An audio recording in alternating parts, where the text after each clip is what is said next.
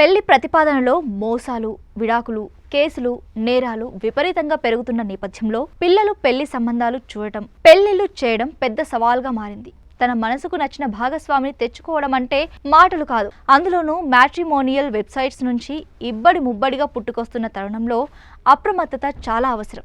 కొందరు తమ సంబంధాల గురించి అబద్ధాలు చెబుతూ ఉండగా, మరికొందరు మాత్రం తమ విద్యార్హతలు, వృత్తి, ఉద్యోగం, ఆర్థిక స్థితి గురించి అబద్ధమాడుతున్నారు. దీంతో అటు కపుల్ మధ్య, అటు వారి కుటుంబాల మధ్య కూడా సమస్యలకు దారితీస్తోంది.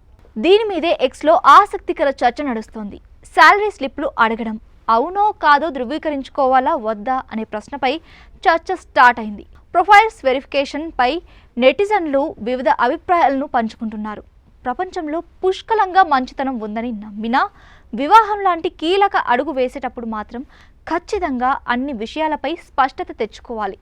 జాతకానికి బదులుగా ఐటీఆర్ని వెరిఫై చేయడం మంచిది. సీరియస్గా చెప్పాలి అంటే మంచి హాస్పిటల్ నుంచి కంప్లీట్ హెల్త్ రిపోర్ట్ని తీసుకురావాలని అనుకున్నారు. మరొకరేమో అవును, కొంతమంది అబ్బాయిలు జీతం గురించి అబద్ధం చెబుతూ ఉంటారు, అవసరమైతే స్థానిక పోలీస్ స్టేషన్ నుండి క్యారెక్టర్ సర్టిఫికేట్ కూడా అడగాలి అని అన్నాడు. మరో యూజర్, నా స్నేహితుల్లో ఒకరు నియామక ప్రొఫైల్ ఉద్యోగంలో పనిచేశారు.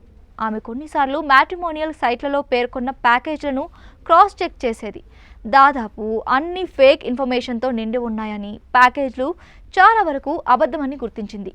వెరిఫైడ్ జీతం స్లిప్పులు అడిగితే అబ్బాయిలు పారిపోవాలి అని ఒక యూజర్ అన్నాడు. మరో కామెంట్ ఏంటంటే, నన్ను ఒక అమ్మాయి ఇలానే అడిగింది, పంపాను, కానీ పెద్దలు కుదిర్చిన వివాహానికి నో చెప్పాను. నేను పొందుతున్న జీతం మీద కూడా వాళ్లకు నమ్మకం లేకపోతే భవిష్యత్తులో వాళ్ళు దేన్నైనా నమ్మగలరా అని రాసుకొచ్చాడు.